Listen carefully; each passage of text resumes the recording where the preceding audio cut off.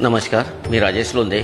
पराक्रम, भक्ती, निष्ठा आणि शिवभावनाचा प्रतीक असलेला प्रभू श्री हनुमानजीचे जन्मदिवस. माझ्या सर्व नागपूरकरांना, बांधवांना, मित्रपरिवारांना आणि कुटुंबांना हनुमान जयंतीच्या मनपूर्वक शुभेच्छा देतो.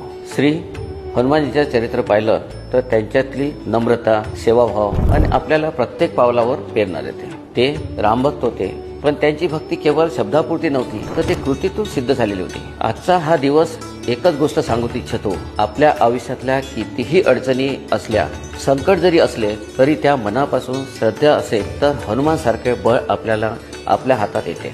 चला तर मग या पवित्र दिवशी आपण एकच संकल्प करूया. सेवा करायची, समाजासाठी काहीतरी चांगलं करायचं आणि नेहमी सत्याच्या मार्गावर चालवायचं.